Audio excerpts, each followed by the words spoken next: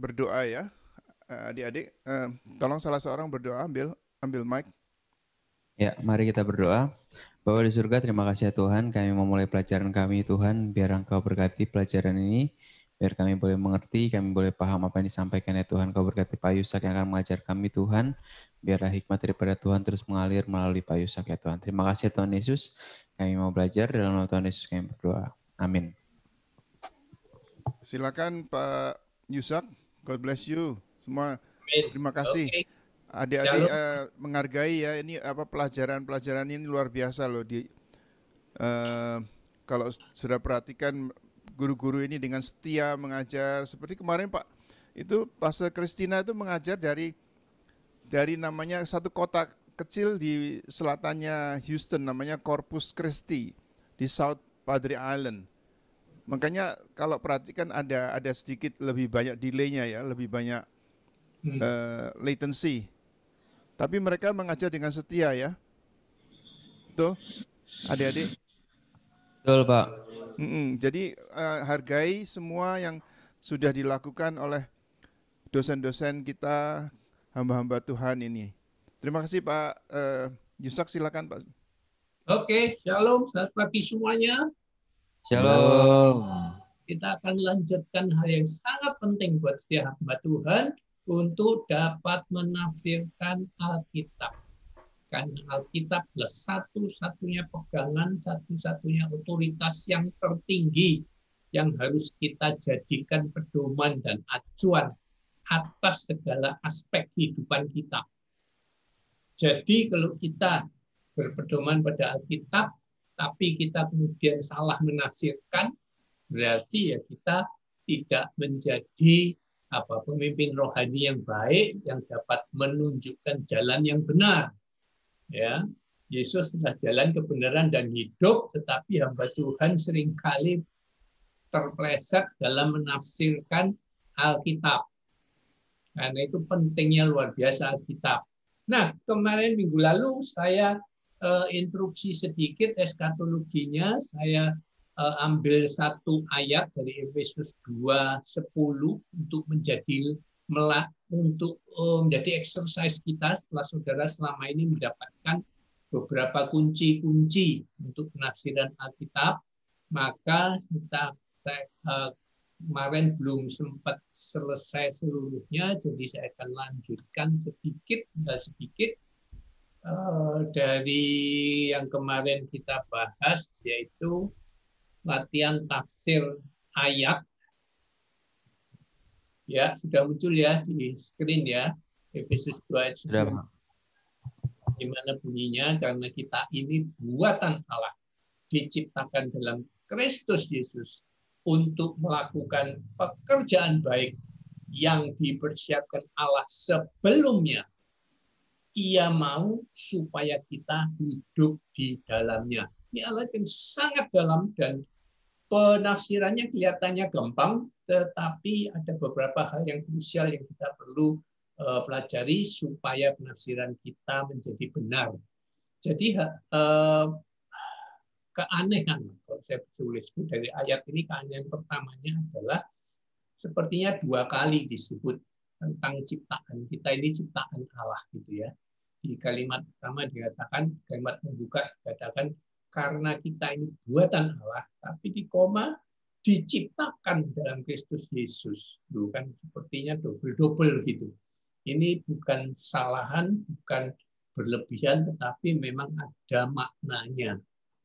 Kemudian sudah tahu bahwa ini ditafsirkan, kita ini buatan Allah dalam arti aslinya kita, originalnya kita, seperti Adam dulu, kita dibuat oleh tangan Allah sendiri, bukan buatan pabrik. Karena itu kita manusia yang unik, tidak ada duanya di dunia, karena setiap manusia yang Tuhan ciptakan dengan tangannya sendiri, kita ini hasil kerajinan tangan Allah, adalah untuk melakukan fungsi dan tugas yang khusus. Setiap orang berbeda, tidak ada yang sama. Jadi setiap orang dilahirkan menjadi manusia di dunia ini dengan satu tujuan hidup yang Allah sudah tentukan, yang unik dan berbeda untuk setiap orang. Itu arti dari kalimat pertama. Tapi ada 2 kali, maksudnya kita ini dibuat Allah secara sempurna karena serupa dan segambar dengan Allah. Adam dan Hawa dibuat serupa dan segambar dengan Allah.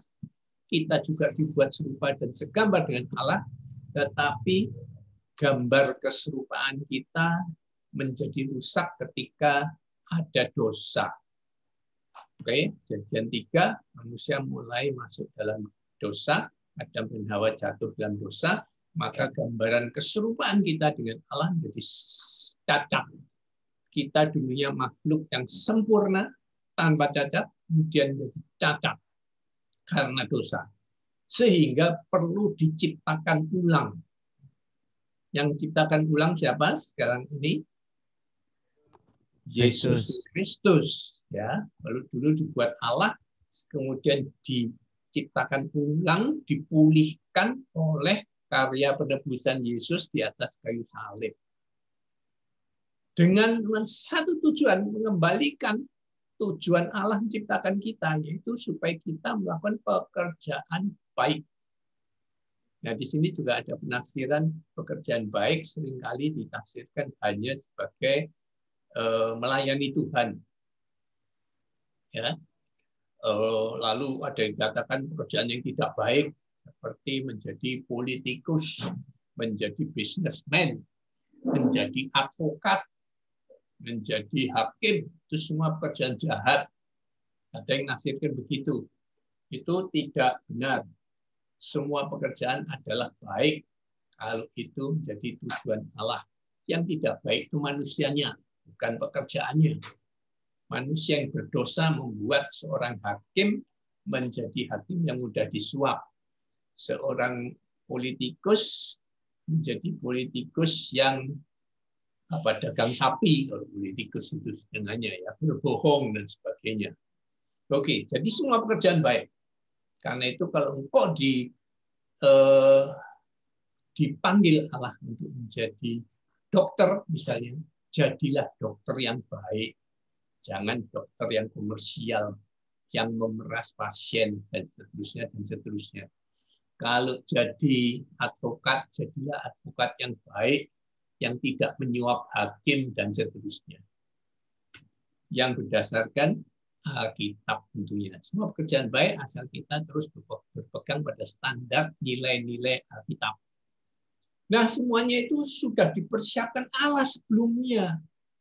Jadi sejak Anda dalam kandungan, bahkan sebelumnya, Anda itu sudah dipersiapkan oleh Allah untuk satu tujuan hidup tertentu, satu panggilan hidup tertentu. Ya. Dan ini yang banyak orang, termasuk orang Kristen, termasuk hamba Tuhan, tidak menyadari apa panggilan hidupnya sesungguhnya. Kalau istilah saya pakai impian Allah dalam hidup kita. Allah punya impian dalam hidup. Setiap hidup kita ini punya impian. Ya, misalkan Pak, Allah sekarang ini sedang memberikan impian pada Pak David dan kawan-kawan untuk memenangkan Borneo melalui transplanting. Impian dari Allah. Ya, jadi kita harus tahu impian-impian Allah. Sebab manusia cenderung hanya tahu dan mau peduli dengan impiannya sendiri, impian pribadi. Kalau impian pribadi itu namanya cita-cita, namanya ambisi pribadi. Itu seringkali lain, berbeda, bahkan bertentangan dengan impian Allah. Ya, karena sifat daging manusia muncul. Jadi kita semua sudah dipersiapkan untuk menjadi sesuatu atau melakukan sesuatu dalam hidup kita. Itulah yang harus disadari oleh setiap anak Tuhan. Dan memang banyak yang belum tahu. Ya, saya sendiri sampai 40 tahun belum tahu apa impian Allah dalam hidup saya. Jadi setelah Tuhan jamah saya, baru saya tahu panggilan hidup saya ternyata jadi pendeta. Padahal itu sama sekali bukan impian saya. Paling jauh dari kalau di daftar yang cita-cita saya daftar 1, 2, 3, 4 sampai 100 sampai 1000 sampai 1.000.000 nggak ada itu jadi pendeta, nggak ada. Prioritas yang nggak termasuk daftar sama sekali berapapun. Ternyata itu adalah prioritas Tuhan dan impian Tuhan buat saya. Nah, Jadi tidak apa-apa, enggak. Kalau belum tahu tidak apa-apa. Tapi kalau belum tahu, sekali lagi berdoa, minta bimbingan Tuhan. Tuhan, aku ini dilahirkan untuk apa sih? Buat apa aku ada di dunia ini, Tuhan? Tujuan utama aku apa? Apa yang harus aku kerjakan? Yang Engkau sudah rencanakan sebelumnya, sejak dari awal. Seperti Paulus, ketika masih Saulus, dia belum tahu rencana Tuhan, ya, dia mengobrak-ngabrik, membakar gereja, membunuhin orang Kristen pada saat itu. Dia pikir itu adalah tujuan hidup atau tugas yang mulia sekali, seperti yang dia percaya pada saat itu sebagai Saulus. Ternyata tujuan Allah lain, dia justru jadikan rasulnya Allah. Ya, kita tahu rasulnya Tuhan Yesus atau dari muridnya Yesus yang kemudian jadi rasul ada 12. Sebenarnya ke-12 rasul Allah itu adalah 11, 12 dikurangi Yudas menjadi 11 ya. Kemudian Yudasnya kan diganti menjadi oleh Matias. Tapi Matias kelihatannya tenggelam dan sampai hari ini orang mengatakan saja bahwa 12 rasul Yesus ya Paulus itu yang ke-12. Ya, tapi sebenarnya bukan itu. Walaupun secara spiritual ya seperti itu. Ya, tapi tidak masalah itu, tidak masalah. Tapi Paulus itu khusus sekali, memang rasul yang khusus sekali, disebut rasul 12 atau 13, dia khusus sekali karena dia menulis bagian besar dari Perjanjian Baru. Ini juga lagi-lagi saya selama ini dengar di khotbah manapun, Paulus penulis 2/3 Perjanjian Baru. Benar nggak? Saya dengar itu terus menerus dari sejak semula bertobat sampai sekarang. Lalu saya teliti, saudara-saudara, baca, buka aja Alkitab, saudara. Enggak sampai 2/3 itu dilebih-lebihkan. Dari halamannya saja gampangnya. Semua surat Paulus, kalau di total halamannya itu 1/4 Perjanjian Baru. Memang yang terbesar, betul. Yang terbesar, tidak ada yang nulis 1/4. Yang terbesar, betul. Tapi tidak sampai 2/3. Lagi-lagi itu suka orang cocokologi, gatuk-gatuk itu selalu bikin yang uang bombastis gitulah. Ya, bombastis 365 ayat, jangan takut. Waduh, bombastis sekali. Dah itu tidak cocok dengan hermeneutika. Orang seperti itu tidak cocok belajar hermeneutika. Saya suruh belajar juga tidak mau. Dia senang yang gitu-gitulah. Lalu kalimat terakhir yang penting. Ia mau, Tuhan mau supaya kita hidup di dalamnya. Apa maksudnya? Ayo saudara coba, ada yang mau menafsirkan kalimat yang terakhir ini, yang penting sekali sebagai penutup ayat Efesus 2:10. Ia mau supaya kita hidup di dalamnya. Nya itu apa? Ya kan, itu paling penting. Ia mau supaya kita hidup di dalamnya. Nya apa? Coba ditafsir. Mungkin rencananya, Pak. Betul sekali, ya, rencananya ia mau supaya kita hidup di dalamnya, itu artinya supaya kita tetap ada di dalam rencana Allah, kita tetap hidup di dalam relnya. Kalau rel itu kereta itu jalan di rel, kan, di relnya Allah. Yang kalau kita bisa di atas relnya berarti kita sampai tujuannya. Tapi banyak orang yang keluar dari rel, kereta apinya keluar dari rel. Kereta api kok keluar dari rel, namanya itu apa? Jeblos, ya. Jatuh, tergelincir, kereta berantakan, kecelakaan itu namanya. Ya. Jadi ia mau supaya kita tetap hidup di dalamnya. Kalau kita sudah berhasil mewujudkannya, nomor satu kita harus mewujudkan impian Allah dalam hidup kita. Itu tugas dan bagian saudara dan saya. Allah hanya memberikan impian. Dia menyediakan, mengikuti kita dengan segala karunia, talenta yang dibutuhkan untuk mencapai impian itu. Segala senjata sudah diberikan, peralatan sudah diberikan. Tinggal kita menjalankan dan memakai semua alat itu untuk mencapai tujuan Allah itu. Karena itu talenta dan karunia kita disesuaikan dengan impian Allah dan tujuan hidup kita tadi. Sehingga kalau banyak tanya, gimana caranya kita tahu impian Allah yang hidup kita? Saya bilang paling gampang, cek talenta dan karuniamu. Bakat dan minat seseorang itu.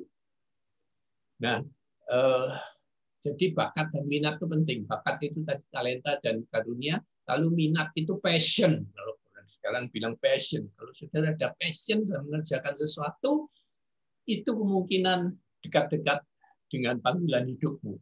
Ya, itu terasa sekali. Bersemangat sekali dan senang sekali kalau mengerjakan sesuatu yang jadi panggilan hidup kita. Banyak orang sukses kerja di satu perusahaan, tapi hidupnya tidak happy. Karena sebenarnya itu bukan pekerjaan yang dia pilih. Tapi apa boleh buat, gajinya besar sekali.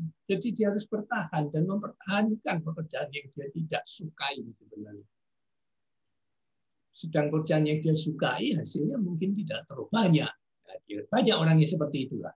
Nah, itu artinya dia tidak hidup di dalam rencana Allah. Karena kalau orang hidup dalam rencana Allah, pasti dia bahagia dan senang sekali. Jadi kalau dari ayat ini saya boleh simpulkan, saya bisa menyimpulkan suatu definisi kebahagiaan. Kebahagiaan itu sederhana menurut saya berdasarkan ayat ini. Kebahagiaan, orang yang bahagia, yang paling bahagia adalah orang yang berhasil mewujudkan impian Allah dalam hidupnya. Atau dengan lain kata, orang yang paling berbahagia adalah orang yang berhasil mencapai tujuan hidup yang sudah Allah rencanakan bagi dia. Itu bahagia namanya. Kalau orang sukses di lain bidang, di luar yang Allah impikan, itu seringkali, lebih sering tidak membahagiakan, bahkan terjerumus ke banyak hal-hal yang negatif. Lihat saja contoh-contohnya orang-orang yang sangat sukses. Kenapa selalu main narkoba penyakitnya? Saya bingung kan. Udah sukses, uang banyak, tinggal nikmati hidup yang sehat, kok cari yang aneh-aneh begitu? Karena dia tidak bahagia. Dia tidak bahagia sama sekali. Dia sedang mencari sesuatu yang dia tidak tahu apa yang dia cari, dan akhirnya tertipu dan tergoda oleh narkoba. Oke, saya lanjutkan.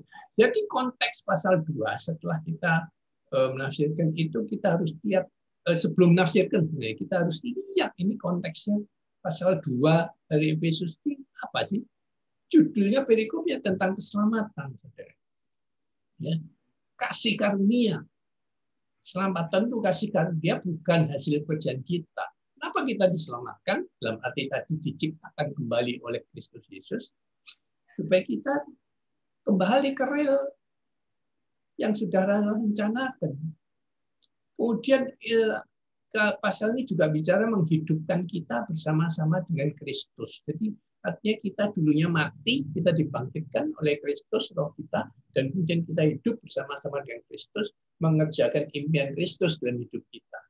Kristus yang membangkitkan kita. Jadi kalau orang belum bertobat, tidak bakal dia tahu dan menjalankan impian Allah dalam hidupnya tentu saja. Jadi nomor 1 kita harus diselamatkan dulu. Hanya orang yang sudah lahir baru yang dapat mencapai impian Allah dalam hidupnya. Panggilan hidup kita yang sesungguhnya itu. Oke. Lalu bahasa aslinya ini nanti semua saya emailkan ke AKP ya. Semuanya ya. Iya, Pak. Catat, boleh, enggak catat, enggak apa, tapi ini filenya semua saya akan emailkan ke kalian. Iya, nanti AKP bisa sebarkan ke teman-teman ya. Ya, Pak. Jadi kalimat kata pertama, kata kunci yang penting dalam ayat ini adalah poiema. Dari buatan itu dari bahasa aslinya poiema Grekanya. Itu artinya ciptaan, hasil karya, buah tantangan, kerajinan tangan. Jadi sekali lagi kalau kita meneliti bahasa aslinya, kita lebih tahu, lebih jelas, dan lebih mudah menafsirkannya. Kita ini hasil kerajinan tangan Allah. Unik, dibuat satu persatu, saudara. Nggak seperti pabrik yang lewat ban berjalan yang semua sama. Ya, seperti HP ini semua sama persis, harus kalau keluar dari pabrik, nggak boleh beda. Kalau kita dibuat satu persatu, kayak tidak ada yang rupanya sama, rupanya saja, apalagi sifat-sifatnya, apalagi manusia batiniahnya, semua unik. Karena setiap manusia diciptakan unik untuk mencapai satu tujuan tertentu. Lalu yang kalimat diciptakan dalam Kristus Yesus itu pakai kata yang lain. Kelihatannya sama, buatan dan ciptaan. Tapi ternyata diciptakan yang dipakai di kalimat kedua, diciptakan dalam Kristus Yesus adalah tepiso, bahasa Grekanya, yang artinya diciptakan sesuai penciptanya. Artinya kita dikembalikan, karena memang dari awal kita dibuat serupa dan segambar dengan Allah, lalu rusak oleh dosa, sehingga perlu diciptakan lagi untuk disesuaikan lagi dengan penciptanya. Dan ini makan proses lebih lama, saudara. Karena karakter kita yang sudah jahat dan penuh dosa, tercemar dosa, tadi dikembalikan menjadi serupa dengan Allah. Itu seperti bejana, kalau dalam beberapa ayat yang lain, seperti bejana dibentuk oleh Allah. Bejana yang sudah rusak, dihancurkan sama sekali, diaduk lagi, dibentuk lagi, sesuai dengan penciptanya, serupa dengan penciptanya. Lalu tentang pekerjaan baik, itu sifatnya kata yang dipakai adalah pekerjaan jamak bentuknya. Dari kata Greka ergon. Jadi tugas seseorang, kerjaan seseorang di sini pekerjaan yang baik, tidak cuma satu. Hanya jadi pendeta, banyak apa. Banyak, cukup banyak bisa diberi beberapa pekerjaan dan tugas tertentu. Oke, ergon, kerja, tugas, perbuatan yang dituntut Tuhan, apa yang dibuat atau berbuat, tindakan, perwujudan, semua itu ergon, itu artinya itu hasil kerja, bangunan. Nanti kita juga harus membangun. Nanti Pak David sedang membangun 1000 gereja di Borneo, itu membangun, mewujudkan. Dan ergon artinya adalah hal-hal yang selalu dihubungkan dengan perbuatan yang baik, semua yang baik, ya, pasti bukan, Tuhan tidak pernah punya rencana untuk kita dilahirkan untuk melakukan hal-hal yang kurang baik atau bahkan jahat. Ini yang jelas sekali membedakan kita dengan beberapa teman-teman yang lain. Yang ada tugas dari Allahnya membunuh semua orang kafir, memenggal kepalanya. Oke? Itu membedakan sekali. Ergon hanya berhubungan dengan perbuatan yang baik. Kita tidak pernah mengajarkan dan pernah terjadi kesalahan orang Kristen pada zaman perang salib. Sudah pernah dengar perang salib di abad pertengahan? Itu adalah upaya orang Kristen yang berkuasa, yang jadi raja, yang kemudian dia pikir dia harus menaklukkan dunia dengan perang, dengan pedang. Kemudian yang ditaklukkan tadi menjadi bangsa jajahan, kemudian dipaksa harus masuk Kristen. Dipaksa dengan pedang. Pedang, mati atau ikut Kristus. Itu kesalahan yang pernah dilakukan oleh orang Kristen di zaman dulu. Yang sekarang sudah tidak kita lakukan lagi, dan semoga tidak ada yang melakukan seperti itu lagi. Tapi saudara-saudara kita sepupu masih melakukan dengan sangat intensif. Banyak kan mereka masih, karena kan pada umumnya dia mencontoh Alkitab kita, tapi mereka lebih banyak mencontoh dan mengaplikasikan perjanjian lama yang masih brutal, primitif, dan sebagainya. Lalu dipersiapkan Allah sebelumnya, itu kata kunci lainnya, itu dari bahasa Grekanya proetoimaso, yang artinya sebelumnya disiapkan atau telah dipersiapkan. Saya paling senang memakai contoh Paulus. Paulus ketika masih bernama Saulus, dia adalah murid terpandai, anak didik langsung dari Imam Besar Gamaliel. Imam Besar Gamaliel adalah ahli teologi paling canggih, paling hebat pada masanya. Paulus ini anak didiknya. Jadi ketika dia menjadi rasul Paulus, dia adalah rasul yang paling pandai ilmu teologinya terbukti bahwa dia menuliskan 1/4 dari Alkitab, sedangkan rasul-rasul lainnya hanya menulis 1-2 kali surat yang tipis-tipis. Ya. Bahkan ada yang namanya Yudas itu menulis cuma 1 pasal. Sampai Yudas itu boleh bilang, tapi Yudas tidak ada pasalnya ya. Hanya Yudas 3, itu artinya Yudas pasal 1 ayat 3, karena pasalnya cuma 1. Yang lain-lain ya sedikit-sedikit. Petrus paling top lah, ngirim 3 surat. Yohanes paling top ngirim 3 surat. Ya tipis-tipis. Oke, karena yang paling dipersiapkan Allah sebelumnya dalam hal menulis ayat-ayat Alkitab adalah Paulus. Karena dia punya latar belakang. Tidak kebetulan dia murid Gamaliel, orang Farisi yang teologinya tinggi sekali. Jadi teologinya itu yang sudah dipersiapkan Allah sebelumnya, kan berarti tidak sia-sia dia berguru pada Gamaliel. Jika dia bertobat itu dipakai. Saya pribadi juga mengalami pengalaman yang sama. Saya 20 tahun kerja di bisnis, saya ada di marketing dan training. Itu pekerjaan utama saya selama 20 tahun. Jadi marketing dan training itu orang yang harus fasih sekali berbicara untuk menjelaskan sesuatu dan meyakinkan orang tentang sesuatu. Ya. Marketing itu definisi sederhananya begini. Marketing adalah memindahkan keyakinan. Nah, itu aja. Memindahkan keyakinan. Artinya saya sebagai orang marketing harus dapat memindahkan keyakinan saya. Misalkan saya menjual Toyota Kijang, saya harus memindahkan keyakinan saya akan kehebatan Toyota Kijang kepada calon pembeli.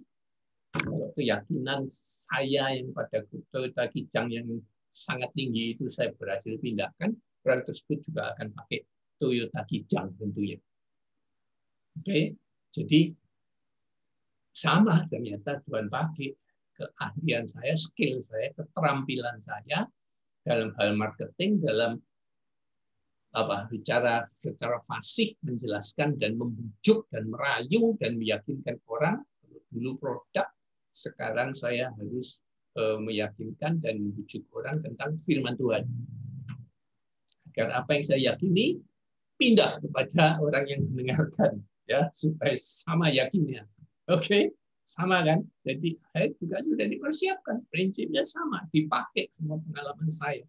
Tidak ada pengalaman di masa lalu yang sia-sia. Itu semua sudah dipersiapkan. Kelihatan sekali sempurnanya Allah mempersiapkan. Termasuk hal yang buruk dan baik, semuanya itu dipersiapkan Allah sebelumnya. Supaya ketika kita masuk dalam panggilan Allah sebenarnya, kita dapat memakai semua pengalaman dan keterampilan itu untuk mencapainya. Kita hidup di dalamnya itu peripateo.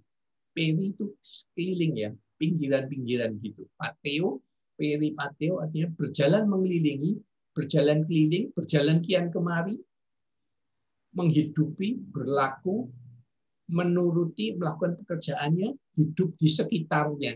Oke, jadi Tuhan ingin kita peripateo, hidup di sekitar impian Allah. Jangan keluar setiap itu, ya. Di sekitar situ saja. Jangan sampai ganti profesi sama sekali yang berlainan. Hanya gara-gara misalkan motivasi yang lain, cari lebih banyak dan sebagainya. Kalau kita tahu panggilan hidup kita, tetaplah setia pada panggilan. Mudah itu aja. Akhir dari ayat ini. Nah, ini kuncinya. Dari latihan tafsir ayat Efesus 2:10, saya dapat berikan kesimpulan dalam hermeneutika kita perlu hikmat ilahi. Tanpa hikmat ilahi tidak bisa tadi kita bisa menafsirkan sebegitu baiknya. Ya, kemampuan manusia tidak cukup. Kita perlu hikmat ilahi atau divine wisdom itu namanya. Yaitu hikmat yang datangnya dari Allah, dari tempat yang maha tinggi. Dalam bahasa-bahasa orang karismatik itu disebut pewahyuan Roh Kudus. Tapi saya pribadi tidak terus suka memakai kata pewahyuan Roh Kudus untuk hermeneutika khususnya. Karena pewahyuan Roh Kudus memberikan kesan seakan-akan kita hanya menerima begitu saja. Kita pasif total dan kita hanya terima pewahyuan dari Allah. Jadi, saya tidak begitu setuju. Karena dalam hal hikmat ilahi ada kerjasama antara hamba Allah dengan Allah. Jadi ada kerjasama. Bukan pemberian sepihak yang seperti jatuh dari langit. Orang karismatik senang yang jatuh dari langit. Ya, tiba-tiba Roh Kudus berbicara gitu langsung dia lakukan gitu ya. Itu model karismatik. Saya rasa itu kurang seimbang teologinya. Jadi hikmat ilahi itu dari hasil perenungan seorang hamba Tuhan terhadap Alkitab tentunya siang dan malam. Berarti di kitab Yosua, renungkanlah firman ini siang dan malam. Istilahnya kalau Anda sedang kebingungan dengan satu ayat, ya, saya sering kali itu. Ini ayat kok aneh sekali, kok kontroversi sekali, kok aneh pokoknya. Saya tidak ngerti apa maksudnya sesungguhnya, nafsirannya bagaimana. Itu saya bawa dalam perenungan siang dan malam. Dalam arti sedang makan saya mikir, sedang minum saya pikir, sedang tidur mau tidur pun saya mikir, bahkan sampai ke mimpi-mimpi. Kadang muncul di mimpi itu yang saya renungkan itu. Maaf sambil beol pun itu masih kepikir terus. Itu yang menyebabkan kalau engkau merenungkan benar-benar, sungguh-sungguh ingin mengetahuinya, lalu hikmat ilahi itu pasti Tuhan berikan. Hikmat ilahi tidak diberikan pada setiap orang. Seperti halnya kayaknya turunnya Roh Kudus, kalau pewahyuan Roh Kudus itu. Tidak senangnya karena itu. Orang yang tidak punya passion, lalu tiba-tiba dapat. Ini harus punya passion. Harus punya keinginan luar biasa. Lalu Tuhan turun. Ini kalau dalam bahasa sekulernya disebut jam terbang.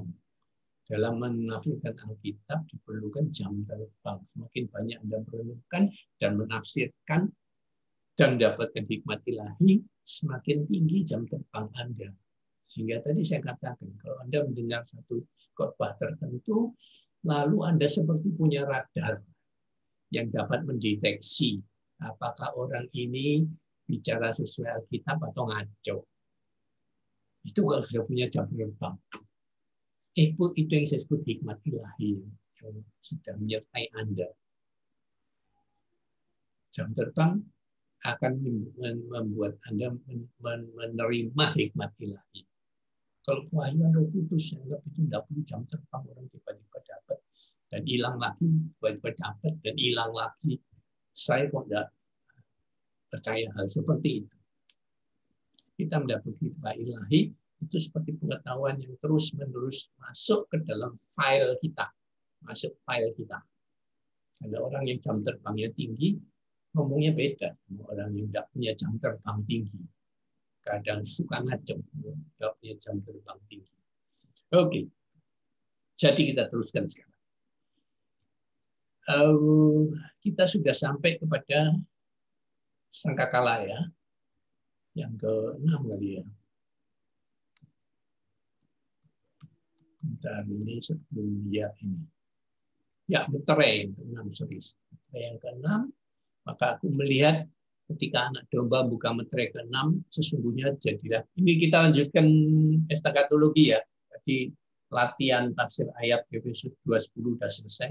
Yang nanti akan saya kirim PowerPoint-nya. Sekarang kita lanjutkan hermeneutika eskatologi kita. Kita sampai ke meterai 6. Di meterai 6 terjadi gempa bumi yang dahsyat, matahari menjadi hitam bagaikan karung rambut, bulan menjadi merah seluruhnya bagaikan darah. Itu Wahyu 6 ayat 12-17. Gambarannya seperti ini, jadi gempa-gempa yang sangat besar pada saat akhir zaman nanti.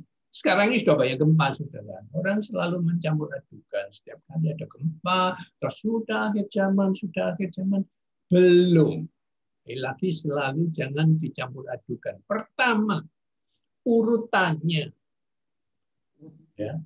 Kalau belum meterai pertama, kedua, ketiga, tiba-tiba ada gempa bumi, orang bilang ini akhir zaman, masa langsung loncat ke meterai ke-6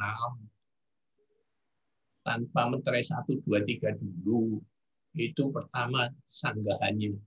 Kalau ada orang menafsirkan setiap kali gempa akhir zaman.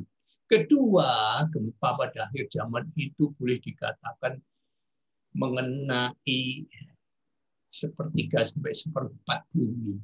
Luas sekali jangkauannya. Terus sekarang ini paling-paling gempa bumi jadi di satu kota tertentu, satu tempat tertentu, ya. Dan skala Richternya juga kemarin gempa yang apa itu ribut di Mamuju di Sulawesi di mana? Ya 5,6. Tidak ada apa-apanya sama sekali. Gempa bumi akhir zaman itu skala Richternya 10. Itu yang paling topnya. Hancur semua deh. Lihat aja gambar-gambar ilustrasi seperti ini. Hancur semua. Tidak ada yang bisa bertahan. Oke. Oke, ini tadi kita sampai sini. Nah, matahari menjadi hitam, bagaikan kaum rambut, bulan menjadi merah, bagaikan darah. Lagi kalau gerhana bumi, gerhana matahari, gerhana bulan, lalu akhir zaman, atau mataharinya hitam dan sebagainya. Tidak, saudara. Gerhana bulan ya biasa. Tidak seserem. Nanti saya tidak bisa bayangkan, saya tidak bisa menerangkan karena saya tidak tahu juga. Tapi yang pasti saya tahu, pasti jauh lebih serem. Dan kalau gerhana matahari saja sudah rasanya mood kita itu tidak enak. Kok gelapnya hari siang kok gelap. Ada matahari padahal bukan mendung, tapi gelap. Mataharinya seperti hilang. Itu kalau gerhana matahari. Bayangkan kalau saat itu gelap total, mataharinya seperti ditutup tangan malaikat, tangan Tuhan. Rasanya pasti tidak enak sekali. Bayangkan seperti itu. Dan ditambah dengan dalam keadaan gelap seperti itu. Kalau gerhana matahari kita tahu pasti, saudara. Dan tidak usah stres. Tidak usah pukul-pukul kentongan.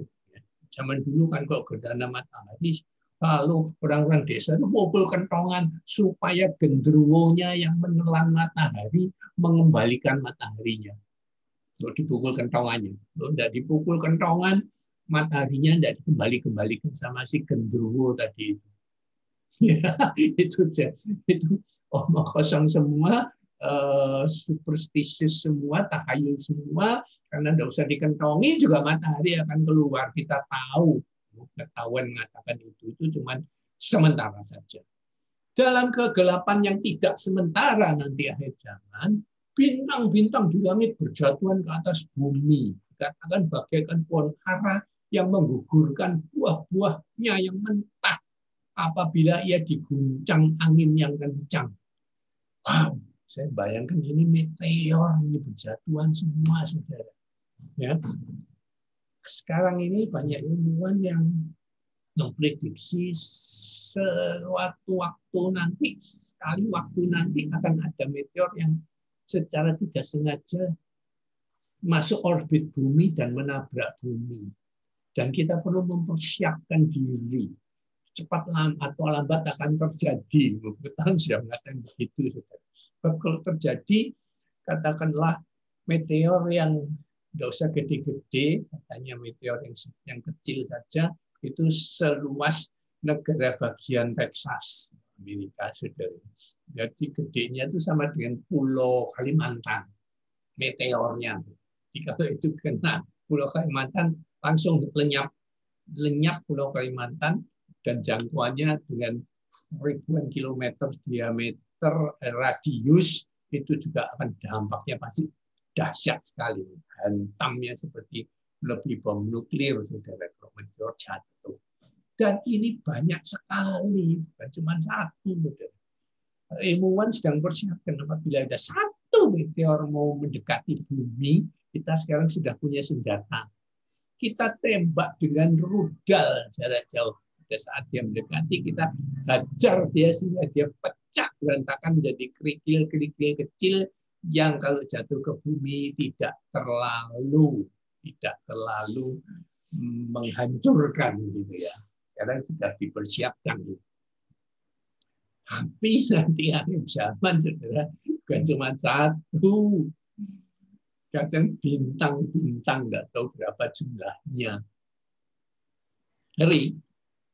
Maka menyusutlah langit. Saya nggak tahu lagi, menyusut langit, bisa menyusut itu kayak apa.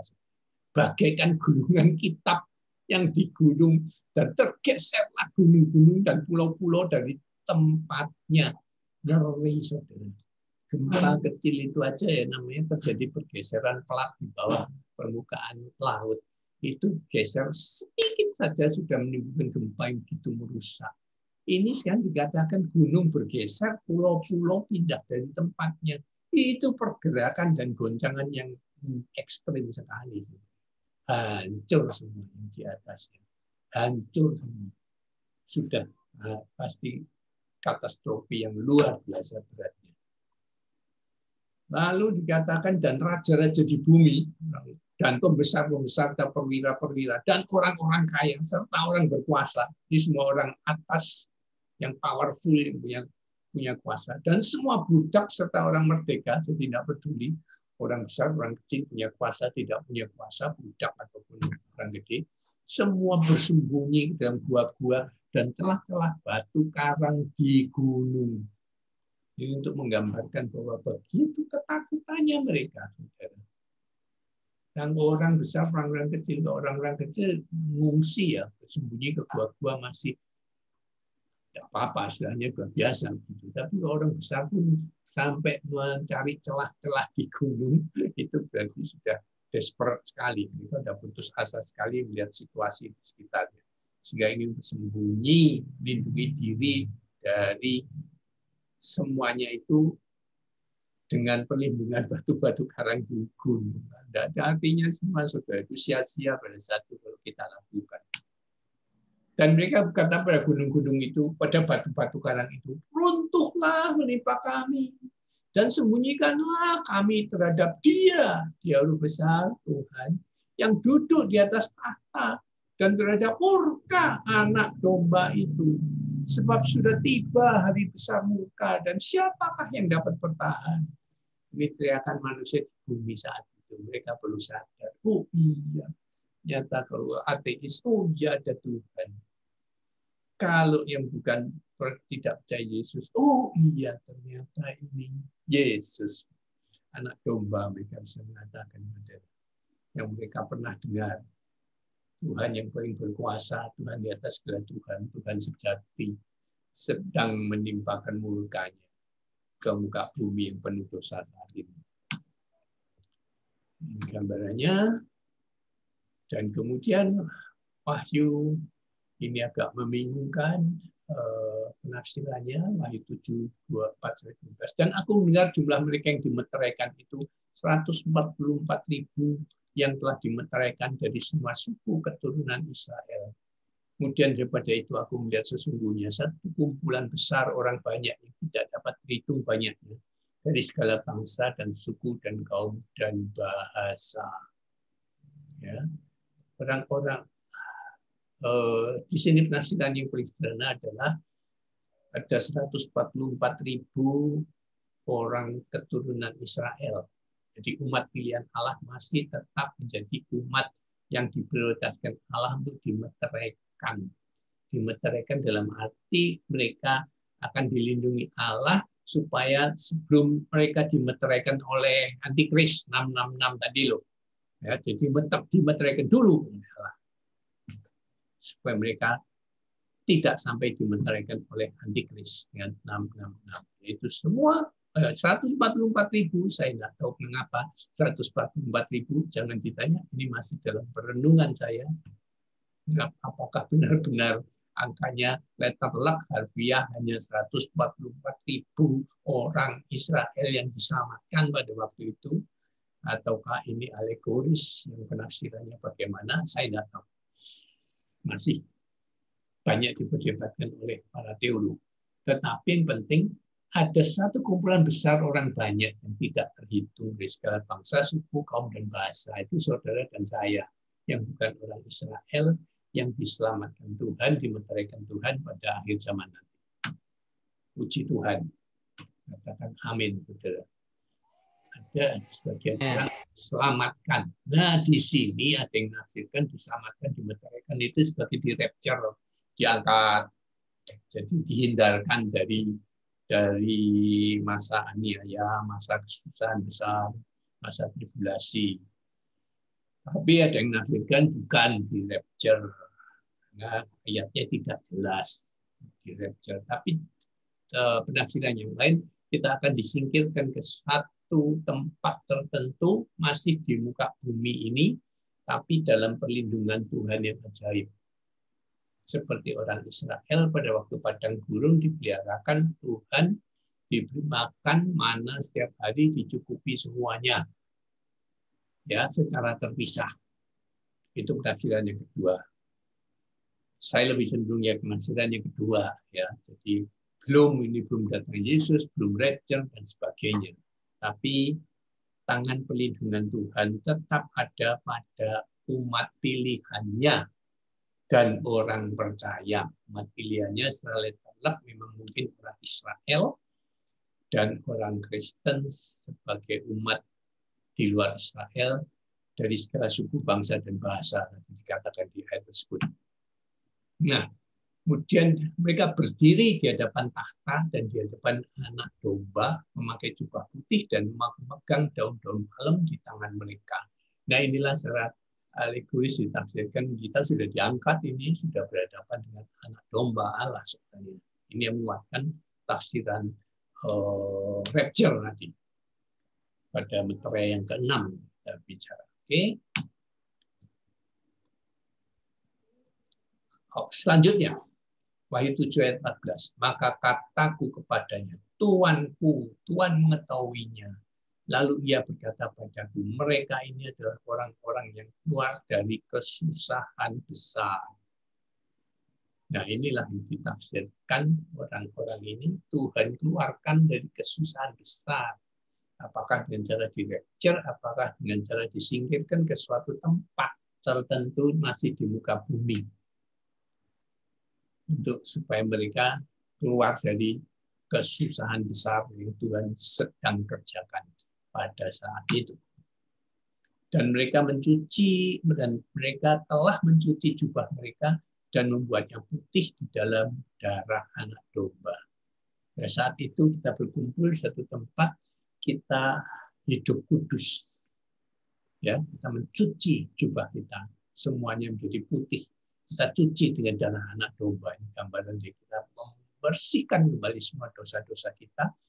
Nah, kita sudah dipilih bagi anugerah untuk disingkirkan dari hal-hal yang jahat dari antikris khususnya. Jadi kita juga mengalami pertobatan pada saat itu. Pertobatan kembali. Sekali lagi saudara tahu bedanya antara bertobat dan lahir baru. Ini perlu untuk doktrin keselamatan dan hermeneutika. Ada yang tahu bedanya lahir baru dan bertobat. Apa bedanya? Seringkali dicampur adukan karena ini dua hal yang hampir sama, tapi ada perbedaannya. Lahir baru adalah pertobatan yang pertama. Ya, pertobatan yang pertama itu lahir baru.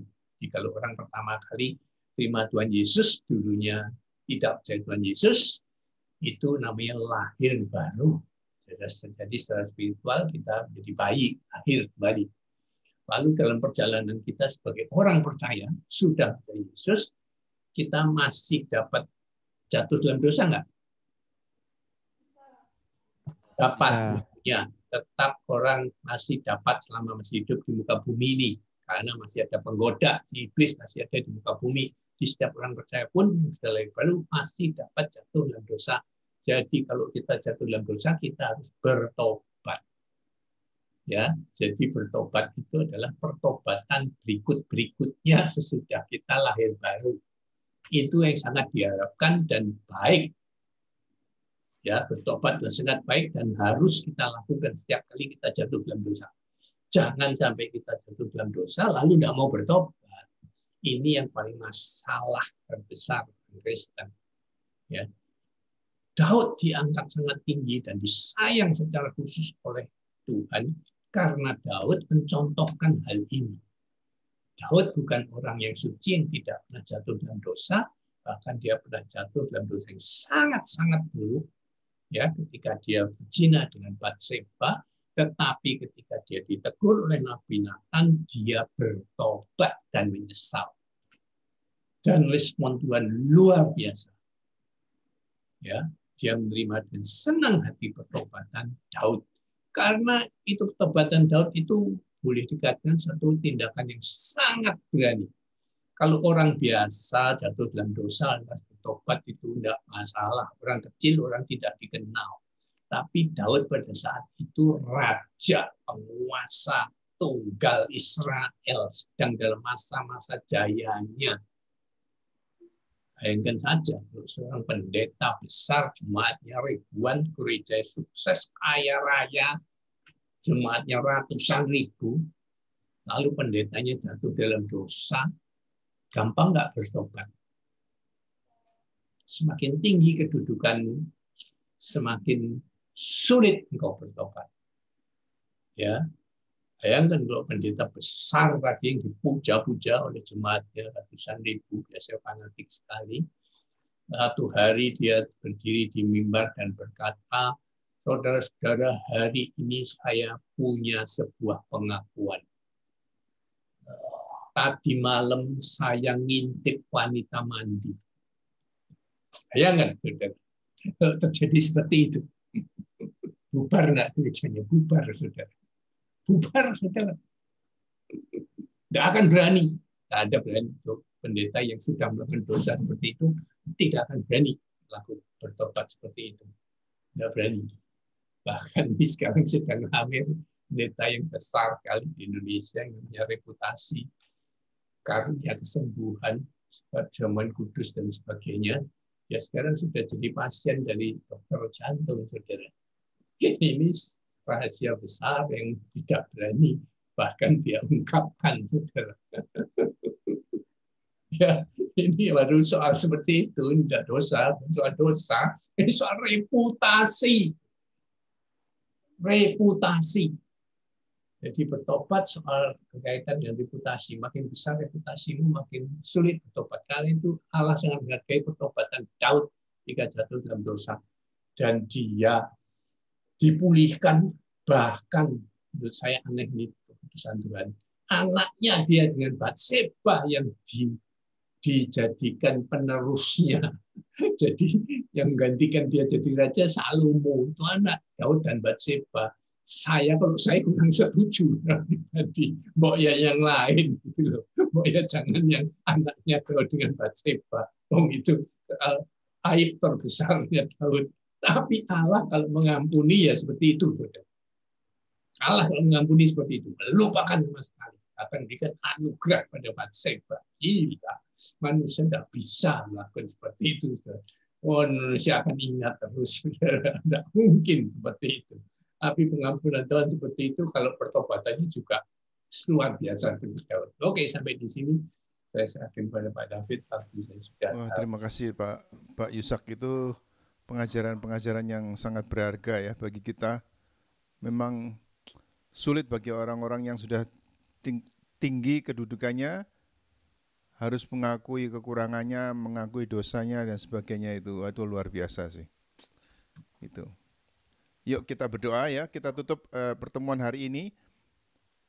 Sekali lagi kita berterima kasih bahwa ada hamba-hamba Tuhan yang dengan setia mengajar adik-adik semua ini. Ya, luar biasa sih. Mari kita berdoa, saudara-saudara. Ayo, salah satu. Mari kita bersatu dalam doa. Tuhan, terima kasih atas pelajaran yang telah disampaikan oleh Pak Yusak, Tuhan. Biarlah apa yang disampaikan bisa kami simak, bisa kami pahami, dan bisa kami tumbuhkan dalam kehidupan kami sehari-hari. Kau berkati juga Pak Yusak yang mengajar kami, Tuhan, pelayanannya, keluarganya. Kau berkati setiap kesehatan pekerjaan, berkat Tuhan. Kami tutup pelajaran kami, Tuhan, hanya dalam nama Tuhan Yesus kami berdoa. Amin.